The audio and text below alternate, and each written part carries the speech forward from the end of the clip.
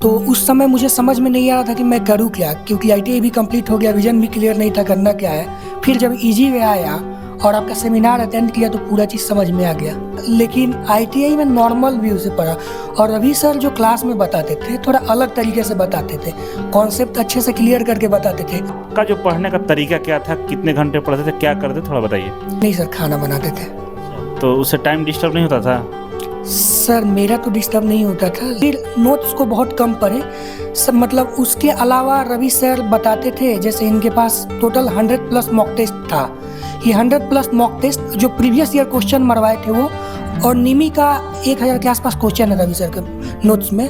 तो उसके अलावा मुझे नहीं लगता है सर कि बाहर से कोई क्वेश्चन आया अभी तक एग्जाम में। पढ़ाई के दौरान कभी कभी होता है ना कि डीमोटिवेशन हो जाता है, बच्चे को मन नहीं लगता है पढ़ने में, नहीं होता है कि बहुत दिन से पढ़ाई कर रहे हैं, मन नहीं लग रहा है या पढ़ने का अब इच्छा नहीं कर रहा है, तो ऐसा कुछ होता था आपके साथ? होता था सर, जब भी होता था, मतलब उसके 1-2 महीने के अंदर आपका सेमिनार होता था, आगे अटेंड कर लेते थे, फिर 2-3 महीने के लिए जोश भर जाता था, फिर रिचार्ज हो जाते थे। मतलब मैंने भी आईटीआई किया, या बहुत सारे लड़के भी करते हैं, वहाँ पे प्रॉपर गाइडेंस नहीं मिल पाता है कि आईटीआई आप कर रहे हैं तो क्यों कर रहे हैं, इस मतलब इससे क्या क्या बेनिफिट है, ये सब पता नहीं चल पाया। और मैं जब यहाँ आया तो मुझे पता चला इसके बारे में। नमस्कार, मैं अभिषेक राज, इजी वे कोचिंग में आप सभी का स्वागत है। और अभी हम फिलहाल अंकित के साथ बैठे हुए हैं। इनका बार्क में सिलेक्शन हुआ है, भाभा एटॉमिक रिसर्च सेंटर में। इजी वे के सबसे होशियार स्टूडेंट, बहुत प्यारा स्टूडेंट है, हमारा भी है। और इनसे हम जानेंगे कि इनका सिलेक्शन कैसे हुआ। बहुत कुछ आपको पता चलने वाला है कि भाई तैयारी कैसे करनी चाहिए। तो स्वागत है अंकित। Thank you sir. अपने बारे में बताइए थोड़ा सा। मेरा नाम अंकित कुमार है, मैं गोपालगंज डिस्ट्रिक्ट से बिलोंग करता हूँ। तो अंकित कुमार, कब आपने 10वीं पास कब किया था आपने? सर मैंने 10वीं 2018 में पास की थी। कितना परसेंट था? 61.8% था मेरा। इसके बाद आपने क्या किया? इसके बाद मैं जमशेदपुर चला गया आईटीआई करने। तो आईटीआई करने जमशेदपुर क्यों गया? और आईटीआई मतलब 10वीं के बाद आईटीआई क्यों किया, कौन बताया? सर मतलब मेरा कोई खास प्लानिंग नहीं था, मतलब कोई विजन क्लियर नहीं था करना क्या है। तो मेरे फूफा जी मतलब वही टेक्निकल डिपार्टमेंट में ही किसी में जॉब करते हैं, टीआरएफ कंपनी में। तो वही एडमिशन करा दिया, जमशेदपुर में रहते थे उस टाइम। मतलब गवर्नमेंट जॉब करने का कोई मकसद नहीं था, मतलब कुछ इसके बारे में जानकारी भी नहीं था मुझे। आपको पता था फिटर, इलेक्ट्रीशियन, डीजल मैकेनिक क्या होता है एडमिशन के टाइम में? ये तो सर एडमिशन के बाद पता चला, वैसे तो फिटर में एडमिशन करा लिया था मैंने। इसके बाद पता चला? हाँ। तो आईटीआई के बाद आपने क्या किया? सर आईटीआई 2018 से 2020 सेशन मेरा था, तो उस टाइम कोविड के दौरान उसको लेट कर दिया। सेशन को मेरा 2022 में जाके कंप्लीट हुआ। उसी दौरान मेरे थोड़ा सा पैर में प्रॉब्लम भी आ गया, तो ऑपरेशन में टाइम ज़्यादा लग गया। फिर मैं वहाँ आईटीआई कंप्लीट करके अपने घर आ गया। तो उस समय मुझे समझ में नहीं आ रहा था कि मैं करूँ क्या, क्योंकि आईटीआई भी कंप्लीट हो गया, विजन भी क्लियर नहीं था करना क्या है। तो मेरे एक दोस्त ने बताया इजी वे कोचिंग के बारे में कि वहाँ जाने के बाद मतलब तुम्हारा सारा क्लियरिटी, मतलब पूरा क्लियरिटी हो जाएगा तुमको कि आईटीआई से मतलब आगे क्या क्या कर सकते हैं। वैसे स्कोप बहुत सारा है, और मुझे कुछ खास पता नहीं था। मुझे लगा कि नॉर्मल मतलब कोई छोटा मोटा जॉब ही होता होगा, या प्राइवेट कंपनी में जॉब करेंगे। फिर जब इजी वे आया और आपका सेमिनार अटेंड किया तो पूरा चीज़ समझ में आ गया। इजी वे में कब आए थे आप? इजी वे में सर मैं मई 2022 में ही आया था। अंकित ये बताओ कि तुमको जो ये नौकरी मिला है, अभी एज कितना हो रहा है आपका? सर अभी फ़िलहाल मेरा एज 21 हो रहा है। 21 में कितने लोगों को नौकरी मिला, देखा है कोई मिला ऐसा जिसको 21 साल में नौकरी मिल गया हो? मेरे गांव में तो बहुत कम ही है वैसा। हम जो बोलते हैं यूट्यूब पर कि आईटीआई छात्रों को मात्र 21 साल में नौकरी मिल जाएगा मेरे यहाँ से, ये सत्य है ना? ये तो सर सही है, बहुत लोगों का यहाँ से तो हो चुका है 21। एक तो 20 साल में एक का नौकरी हुआ था। हाँ सर। आप यहाँ पे एडमिशन लिए तो टेक्निकल पढ़ने के लिए रवि सर के क्लास में गए, तो जो पढ़ा रहे थे समझ में आ रहा था? रवि सर जो पढ़ा रहे थे, पहले तो आईटीआई में पढ़ा था, लेकिन आईटीआई में नॉर्मल व्यू से पढ़ा। और रवि सर जो क्लास में बताते थे थोड़ा अलग तरीके से बताते थे, कॉन्सेप्ट अच्छे से क्लियर करके बताते थे। और इनके पढ़ाई में मतलब एक खास बात थी, जैसे बोर्ड पे भी पढ़ाते थे तो कोई भी जैसे मशीन पार्ट्स वगैरह हो गए, खासकर जो मतलब स्पेशली लेट मशीन वगैरह जो कॉम्प्लिकेटेड चैप्टर है, उसमें एनिमेशन वाला मतलब इनके पास वीडियो वगैरह भी था, पीपीटी वगैरह था, जिससे पढ़ने में काफ़ी ज़्यादा आसानी होती थी और समझ में भी अच्छा आता था। नहीं, हम जानना चाहते हैं कि पहला क्लास, फर्स्ट क्लास का अनुभव बताए, क्योंकि बहुत सारा बच्चा आता है पहला क्लास में बैठता है और रवि सर जो बोलते हैं कि धुआं धुआं हो जाएगा, तो धुआं धुआं दिखने लगता है, भाग जाता है। ऐसा हुआ आपके साथ? सर फर्स्ट क्लास में मुझे थोड़ा सा कम समझ में आया, लेकिन इनके गाइडेंस के कारण धीरे धीरे समझ में आने लगा। मतलब ये बात सच है कि भाई पहला क्लास से नौकरी नहीं मिलता है, पहला क्लास में सबको कम समझ में आता है, धीरे धीरे चीज़ें अच्छा होने लगता है। बात सही है? जी सर। चलिए, तो पढ़ना शुरू किया, तो आपका जो पढ़ने का तरीका था, जो हम लोगों ने सर बताए होंगे, हमने बताया होगा, सेमिनार में बताया होंगे कैसे पढ़ना है, उन सब चीज़ों को देखते हुए आपका जो पढ़ने का तरीका क्या था, कितने घंटे पढ़ते थे, क्या करते, थोड़ा बताइए। मैं फर्स्ट में जब आया तो पहले तो सेमिनार आपका अटेंड किया, वहाँ से मतलब पता चलेगा कि आखिर मतलब कितनी सारी संस्थान है, बाकी बहुत सारे कंपनी के बारे में पता चल गया। तो उसके अनुसार मतलब फॉर्म भी भरना होगा आगे, लेकिन फिलहाल जितना रवि सर बताते थे क्लास में, जो भी समझाते थे उसी को मतलब वहाँ पे नोट्स बनाते थे, बाकी जो बचा हुआ था उसको रूम पे जाके कंप्लीट कर लेते थे। वैसे हम हॉस्टल में रहते थे, वहाँ से आसान पड़ता था, और मेरा पढ़ने का रूटीन डेली का लगभग 5 से 6 घंटे के आसपास था। तो 5 से 6 घंटा पढ़ाई करते थे, खाना भी बनाते थे या टिफिन खाते थे? नहीं सर, खाना बनाते थे। अच्छा, तो उससे टाइम डिस्टर्ब नहीं होता था? सर मेरा तो डिस्टर्ब नहीं होता था, लेकिन किसका डिस्टर्ब होता था? बहुत लोगों का होता है कि जैसे टिफिन ले लेते हैं ताकि ज़्यादा आराम पड़े। और मतलब जो पढ़ते थे, पढ़ने के दौरान जैसे क्लासरूम में सर ने पढ़ाया, आप क्लास में नोट्स बनाते थे, और घर पे आए तो घर पे जो पढ़ाई करते थे, तो मतलब ज़्यादातर क्या क्वेश्चन का प्रैक्टिस करते थे या थ्योरी पढ़ते थे? सर स्टार्टिंग में जब आए उस टाइम तो जो सर पढ़ाए थे, सिर्फ इनका जो क्वेश्चन मतलब जो भी चैप्टर पढ़ाए, इनका चैप्टर वाइज टेस्ट भी था, उस टेस्ट को लगाने के बाद चैप्टर को अच्छे से एनालाइज स्टार्टिंग में किए थे। और यहाँ तक रवि सर को थोड़ा ज़्यादा ही परेशान भी किए हैं, क्योंकि बीच बीच में बहुत सारा क्वेश्चन भी करते थे हम इनसे, तो वहाँ पे मेरा कॉन्सेप्ट धीरे धीरे क्लियर होते गया। और जब एग्ज़ाम का फॉर्म भरा तब क्वेश्चन का प्रैक्टिस दबा के किया था। मतलब फर्स्ट अटेम्प्ट में आपने जो सर पढ़ा रहे उसका थ्योरी को ढंग से पढ़े, नोट्स बना लिए, और चैप्टर वाइज क्वेश्चन का प्रैक्टिस करते गए। जी सर। जब एग्जाम फॉर्म भरे, चैप्टर इधर सिलेबस कंप्लीट हुआ, इसके बाद क्वेश्चन का प्रैक्टिस करना शुरू किए।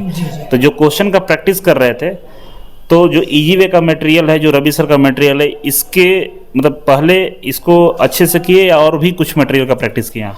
सर जब मतलब हम लोगों का सिलेबस कंप्लीट हुआ उस टाइम रवि सर बोले कि एक शॉर्ट नोट्स बना लो जो कि ज़्यादा बेटर होगा, तो ऐसा ही कि एक 50 पेज का शॉर्ट नोट्स बना लिया, जिसमें पूरा रवि सर का जो थ्योरी का मटेरियल था उसी में था कंबाइन।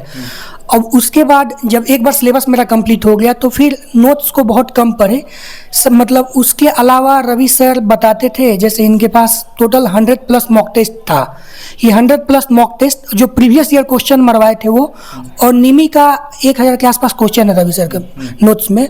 तो उसके अलावा मुझे नहीं लगता है सर कि बाहर से कोई क्वेश्चन आया अभी तक एग्जाम में, क्योंकि सर अभी तक जितना भी एग्ज़ाम दिया हूँ, अगर 50 क्वेश्चन का एग्ज़ाम है तो उसमें 45 क्वेश्चन करेक्ट करने पे नौकरी मिल जाती है, और 44-45 क्वेश्चन रवि सर के नोट्स से ही मैच हो जाता है। एक्स्ट्रा जो 4-5 है उसको कॉन्सेप्ट अगर क्लियर रहेगा तो वो भी कंफर्म हो जाएगा, वो भी क्वेश्चन। तो मतलब अभी इजी वे और रवि सर के मटेरियल से बाहर नहीं प्रैक्टिस किए आप, बस यही कहा है? सर मैंने बाहर से एक भी चीज़ नहीं पढ़ा है, जो भी पढ़ा है रवि सर के नोट्स से ही पढ़ा है, और जो थोड़ा सा कॉन्सेप्ट मतलब थोड़ा सा क्लियर नहीं रहता था उसको शॉर्ट नोट्स से पढ़ लेता था, जो कि रवि सर बताए थे वैसे ही बनाए थे हम। गुड। तो जैसे हमने सुना है कि आपके जो ग्रुप में बहुत सारे बच्चों को जॉब लगा, पढ़ने में तो मुझे भी पता है बहुत अच्छे हैं, बहुत मेहनत करते हैं, शुरू से अभी तक आपने मेहनत करके इतने आगे तक नौकरी भी ले लिया आपने। तो होता नहीं है कि भाई ग्रुप में है, दोस्त का नौकरी हो गया मेरा नहीं हुआ, ऐसा हुआ था आपके साथ? हाँ सर हुआ था, मैंने एक सेल का भी स्किल दिया हुआ था, उसमें भी मेरे साथ मतलब 3 लोग गए जिसमें 2 का हो गया। अभी काकरापाड़ा का स्किल दिया, उसमें भी 1 नंबर से छट गया, तो ऐसा थोड़ा सा फील हुआ, मतलब बुरा लगा, लेकिन लगा कि हाँ कहीं ना कहीं हो जाएगा, क्योंकि मैंने उस समय अपने आप को कैसे संभालते थे कि भाई कि उसका हो गया, उसका हो गया, मेरा 1 नंबर से नहीं हुआ, दोस्त का हो गया, है ना?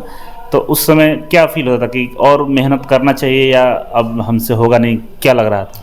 सर मैंने उस टाइम एक चीज़ नोटिस किया कि जो भी मेरा कमी हो रहा है, मैं अपना पर्सनली बता रहा हूँ, इतना तो पता चल गया था हाँ रवि सर के नोट्स से आ रहा है, मैं एक्स्ट्रा पढ़ने के चक्कर में जो पढ़ा हुआ मेरा चीज़ है वो भूल जाता था।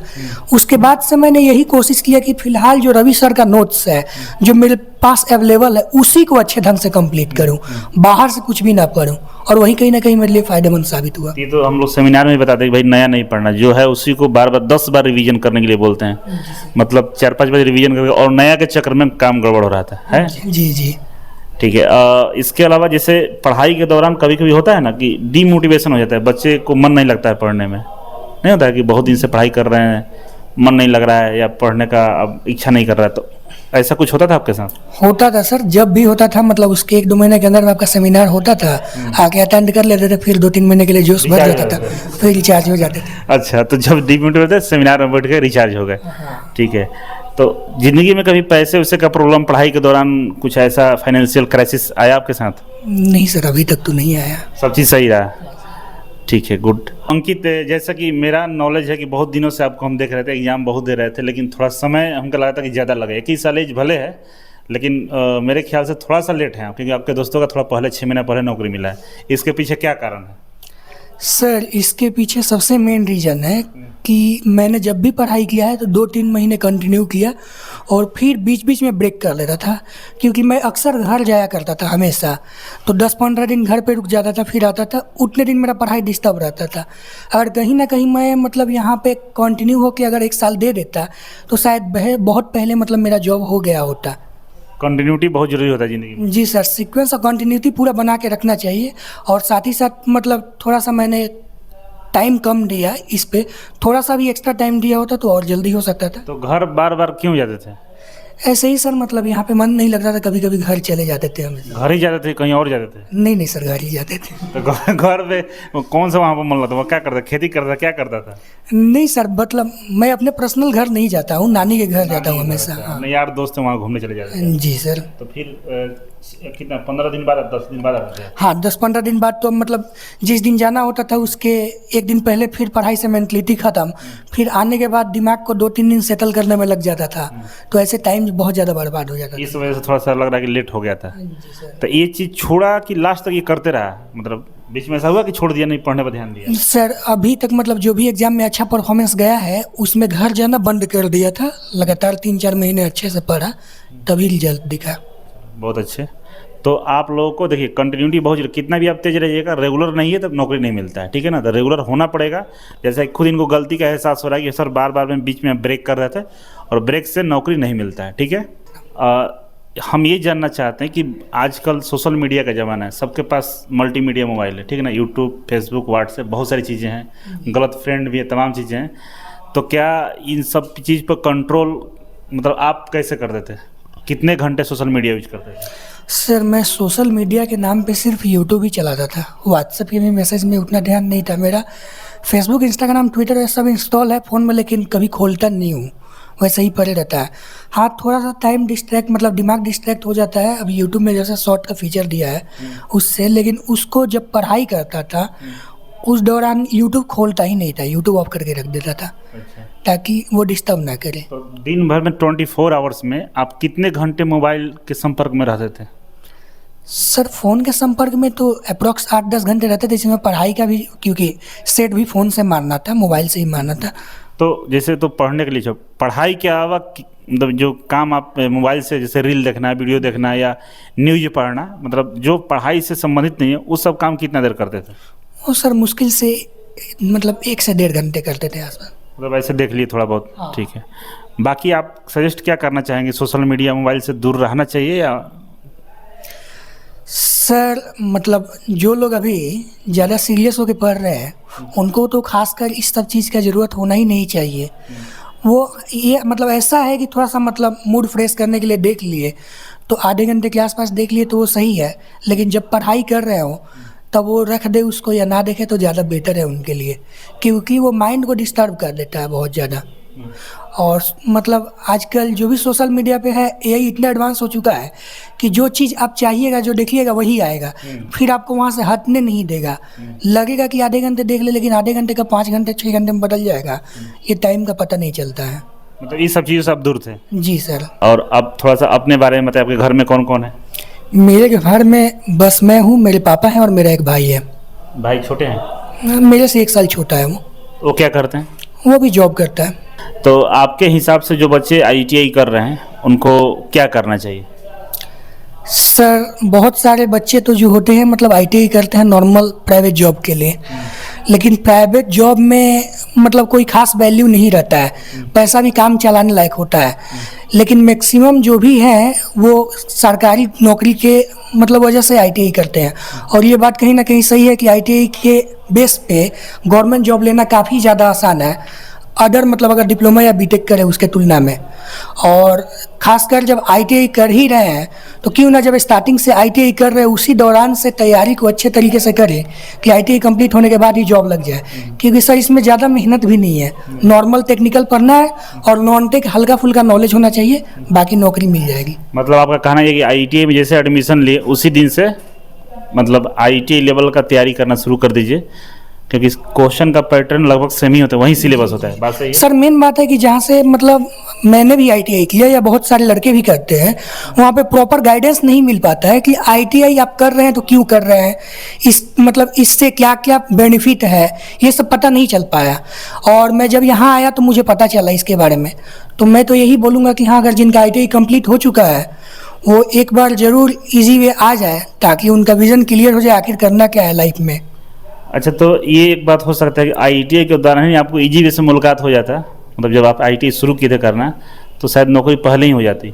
सर मुझे तो ऐसा फील हो रहा है कि अगर आईटीआई के दौरान मुझे पता चल जाता इसके बारे में तो मैंने जो तैयारी आईटीआई पास करने के लिए किया था उसमें थोड़ा सा और मेहनत करता तो शायद नॉर्मल आईटीआई जैसे कंप्लीट हुआ कोई फॉर्म भरता, फर्स्ट एग्जाम या सेकेंड एग्जाम निकल जाता। क्योंकि प्रॉपर गाइडेंस ना होने के कारण ही मतलब समय लगा। 2 साल टाइम बहुत ज़्यादा होता है किसी के लिए। तो मेरे यहाँ से बाबू आईटीआई होता है, आप लोगों को बता रहे हैं। आप एडमिशन लेकर आईटीआई के एडमिशन के पहले दिन से गवर्नमेंट जॉब का तैयारी करना शुरू कर सकते हैं। हेल्पलाइन नंबर पर कॉल करके जानकारी ले लीजिएगा, ठीक। तो आप जैसे बार्क में आपका नौकरी मिला, ठीक है, बार्क के अलावा और कौन कौन सा एग्जाम दिए थे उसका थोड़ा सा अनुभव बताइए। सर मैंने फर्स्ट एग्ज़ाम जो दिया था वो बार्क का ही दिया था स्टार्टिंग में जब आया। उसके बाद एनपीसीआईएल का भी कुछ एग्ज़ाम दिया था, सेल का शायद 2-3 एग्ज़ाम दिया था और इसरो का दिया। टोटल 8-10 एग्ज़ाम दिया था, जिसमें से लगभग मतलब एक अभी एनपीसीआईएल तारापुर है जो पेंडिंग में पड़ा हुआ है, उसमें चांस बन रहा है। बाकी अभी तक 3 स्किल टेस्ट दिया था जिसमें फर्स्ट में फाइनल मेरिट में नाम आया। 3 स्किल टेस्ट दे चुके थे जी सर। 10 में से, मतलब 5-6 एग्जाम में बढ़िया परफॉर्मेंस रहा आपका, ठीक है। तो ये सब एग्जाम देने के बाद क्या लगता है सिलेबस में जो प्रश्न पूछे जा रहे हैं किस लेवल के प्रश्न होते हैं, कहाँ से ज़्यादा पूछे प्रश्न रहते हैं? सर ये टोटल एग्ज़ाम देने के बाद मुझे तो मतलब मैंने जितना एनालाइज किया मुझे यही लगा कि जितना सर पढ़ाते हैं और जितना इनके मटेरियल में है शायद उतना काफ़ी है नौकरी लेने के लिए। उससे अगर ज़्यादा कुछ एक्स्ट्रा क्वेश्चन आ रहा है जो मटेरियल में नहीं है तो अगर कोई भी सर के कॉन्सेप्ट से अच्छे तरीके से पढ़ ले तो उसको भी सॉल्व इजीली कर सकते हैं। आपको मतलब ये कॉन्फिडेंस था कि मेरा नौकरी हो जाएगा? सर मेरा तो कॉन्फिडेंस था क्योंकि मैंने मतलब कॉन्सेप्ट भी अच्छे से क्लियर किया था अपना, और साथ ही साथ जो मॉक टेस्ट था उसको भी लगा रखा था। घर पे बता दिए कि नौकरी हो गया है? सर घर पे बता दिए। क्या रिएक्शन मिला घर से? रिएक्शन तो बहुत मतलब अच्छा था उन लोगों का। अच्छा था, मतलब जब पहली बार कॉल किए होंगे कि नौकरी का रिजल्ट बताना है, उससे पहले कॉल आते थे तो घर पे ऐसा कभी नहीं बोलते थे घर वाले कि बढ़िया से पढ़ाई करो, क्या कर रहे हो, बहुत दिन हो गया? सिर्फ यही पूछते थे कब तक होगा, कब तक रिजल्ट आएगा। अब सर रिजल्ट जल्दी नहीं आ रहा था। अच्छा, तो कल जब कॉल गया होगा तो पहला शब्द क्या था कि हो गया नौकरी? हाँ पहला शब्द तो ऐसा सर था ज्वाइनिंग कब होगा। अच्छा, ज्वाइनिंग कब हो रहा है? ज्वाइनिंग भी हो जाएगा, ठीक है। तो अंकित यहाँ पर आने के लिए और बच्चों से बात करने के लिए बहुत बहुत धन्यवाद। खूब आगे बढ़िए, खूब मेहनत कीजिए, और ऐसे भी आप समाज सेवा में लगे रहते हैं तो समाज सेवा छोड़ना नहीं है। बच्चों को हेल्प करते रहना है, दूसरों को गाइड करते रहना है, जैसे हम लोग गाइड करते हैं ना, बताना है कि ये करने से ऐसा होता है, ठीक है। चलिए बहुत बहुत धन्यवाद। Thank you sir.